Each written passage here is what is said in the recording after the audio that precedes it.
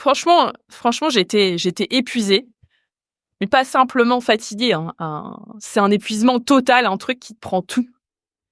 Vous avez peut-être déjà connu ce moment où en fait, vous avez l'impression de toucher le fond, mais malgré tout, en fait, il faut continuer. Et je passais ma vie dans ma boîte mail. C'était devenu une obsession. Comme pour me sentir bien, il fallait que chaque email soit traité, euh, 0 message non lu. Et dès que je me réveillais, sauter du lit, mon premier réflexe, c'était de répondre à tout de suite. Et bizarrement, en fait, les tâches vraiment importantes, je les repoussais ou je les fuyais. Euh, D'un autre côté, je voulais contrôler absolument tout, chaque détail, chaque étape. Tout devait passer par moi et j'avais du mal à déléguer, en fait, par peur que ce soit pas fait, en fait, comme je l'aurais fait. Et ça, c'était épuisant. Et j'arrivais pas non plus à dire non, en fait. Peu importe le client, peu importe le projet, même quand c'était avec du recul irréaliste, que ça m'arrangeait pas, en fait, j'acceptais. Et si le client changeait d'avis ou me demandait des modifications, la dernière minute, bah, je disais oui, mais je passais mon temps en fait à jongler entre les projets, une équipe stressée et moi je stressais encore plus. J'avais en fait cette angoisse constante aussi que, je sais pas, les clients soient mécontents et me laissent des avis négatifs et c'est devenu une obsession. Et quand il y avait des erreurs en fait dans l'équipe, tout de suite en fait, je m'énervais, mais au fond, je pense qu'il me faisait vraiment peur, c'était l'idée de devoir virer quelqu'un. Ça, franchement, ça me dévastait. Et je pense que le pire dans tout ça, c'est qu'en fait, ça vous suit partout. C'est-à-dire, le soir, le week-end, même quand vous essayez de vous détendre, en fait, votre cerveau, il continue à tourner. Je dormais mal, je me sentais pas vraiment performante dans mon boulot. Et le pire, c'est que j'étais pas vraiment là, en fait, pour ma famille. Alors, j'étais présente, enfin, même pas physiquement présente, on va dire, mais mentalement, c'était toujours... je pensais toujours au boulot. Et mes enfants, eux... finalement, quand ils faisaient, des bêtises, euh, en fait, à chaque petit incident, je sais pas, un verre renversé ou une dispute pour un jouet, je perdais très vite patience. Et après, je me sentais terriblement coupable. Franchement, il y a des moments où j'ai vraiment rêvé de tout lâcher et de partir loin. Je ne sais pas si vous vous reconnaissez dans ce témoignage et dans ces mots, mais moi-même, quand je repense à cette période, je réalise à quel point ça fait écho à mon propre burn-out. Et le résultat, c'est que j'étais anxieuse, dépassée et surtout très irritable et frustrée, et je me sentais souvent complètement piégée. Et si vous traversez quelque chose de similaire, je veux que vous sachiez une chose, c'est que vous pouvez inverser la situation.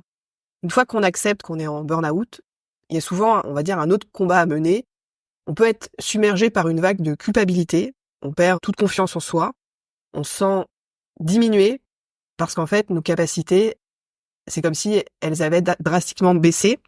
Et surtout, le problème, c'est qu'on associe souvent le burn-out à une faiblesse. On pense que c'est notre faute. Et pendant ce temps, en fait, nos proches comprennent pas toujours ce qui se passe. Même certains vont peut-être souffrir de ne pas saisir ce que vous traversez.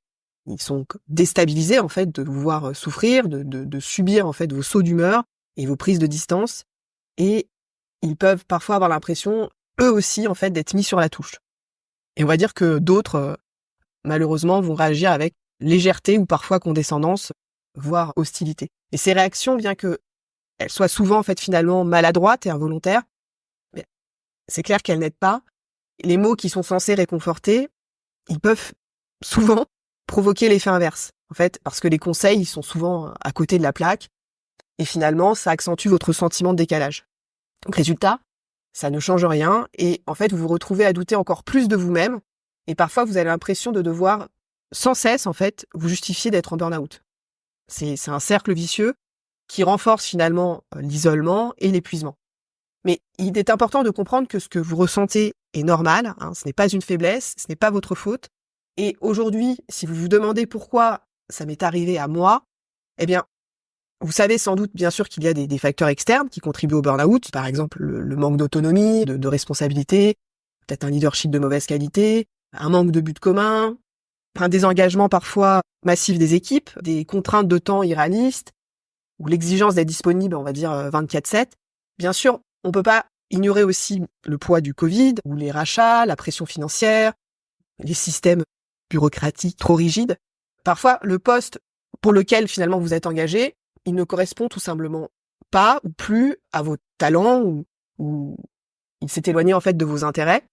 Mais si en fait ces facteurs externes étaient suffisants pour causer le burn-out, alors j'ai envie de dire tout le monde dans une organisation en souffrirait. Ce qui à mon avis en fait n'est pas le cas. Parce qu'au-delà des facteurs externes, en fait, il y a aussi vous, vos habitudes, votre façon de voir le monde. Et les études montrent que les personnes qui font des burn-out sont les bosseurs, les perfectionnistes qui sont le plus à fond. Je les appelle les super performeurs. Généralement, les personnes qui tombent en burn-out, elles sont intelligentes, elles sont talentueuses. C'est des performeurs, on va dire, de haut niveau, généralement très motivés, ambitieuses, dynamiques. Et ce sont des gens qui sont capables de résoudre n'importe quel problème et de performer de manière constante à très haut niveau. Et le problème, c'est que ces personnes, elles ont tendance à être très exigeantes, impatientes et finalement peu tolérantes envers l'inefficacité et l'échec. En fait, elles veulent que les choses soient bien faites du premier coup, rapidement, parfaitement. Ce sont des perfectionnistes, des personnes qui cherchent aussi à plaire aux autres, souvent très charismatiques. Et elles accumulent généralement une longue liste de qualifications, de compétences, d'expériences. Ce sont aussi généralement, on va dire, des réparateurs, des problem solvers vers qui les personnes, tout le monde se tourne. Parce que rien ne les dépasse jusqu'au jour où quelque chose tourne mal et en fait, la magie, on va dire, les quitte momentanément. Mais le burn-out ne peut pas être défini uniquement, ce que je veux dire, par des critères démographiques comme l'âge ou la profession. Et ce n'est pas une question de simple accumulation de tâches. Ce qui permet de mieux cerner le phénomène, c'est d'examiner des facteurs internes comme la personnalité, le comportement, l'éducation, la manière de réagir aux événements. Et c'est tout cela qui contribue au processus, on va dire, insidieux menant au burn-out. Le burn-out, il résulte souvent d'une vision de la vie, du travail et de la réussite. Cette quête de performance, elle peut se manifester par un besoin constant de tout bien faire, voire de tout faire parfaitement.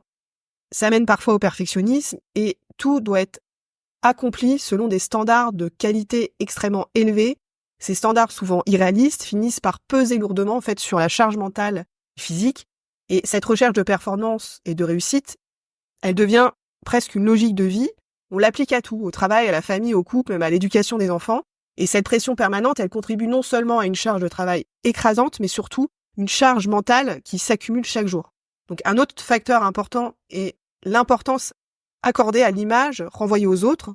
Ça découle parfois d'un manque de confiance en soi, menant à un besoin constant de validation extérieure, félicitations, reconnaissance, promotion, ou même parfois c'est simplement des statistiques sur les réseaux sociaux. Ce besoin en fait de validation, il pousse à ignorer ses propres besoins au profit de ceux des autres jusqu'à s'épuiser. Et bien qu'on va dire que l'altruisme soit une qualité, il a ses limites lorsqu'il conduit en fait à négliger sa propre santé. Les personnes en burn-out sont souvent celles qui ont continué à s'épuiser, incapables de lever le pied ou de demander de l'aide à temps. Elles sont guidées par des valeurs fortes, qu'il s'agisse de valeurs familiales, sociales ou professionnelles. Ce sont des valeurs qui les empêchent en fait de s'arrêter, même lorsque des proches ou des médecins leur conseillent de le faire. Parmi ces valeurs, la valeur travail, elle est souvent prédominante. C'est des personnes qui attribuent une importance essentielle à leur rôle professionnel, à leur contribution, à leur utilité.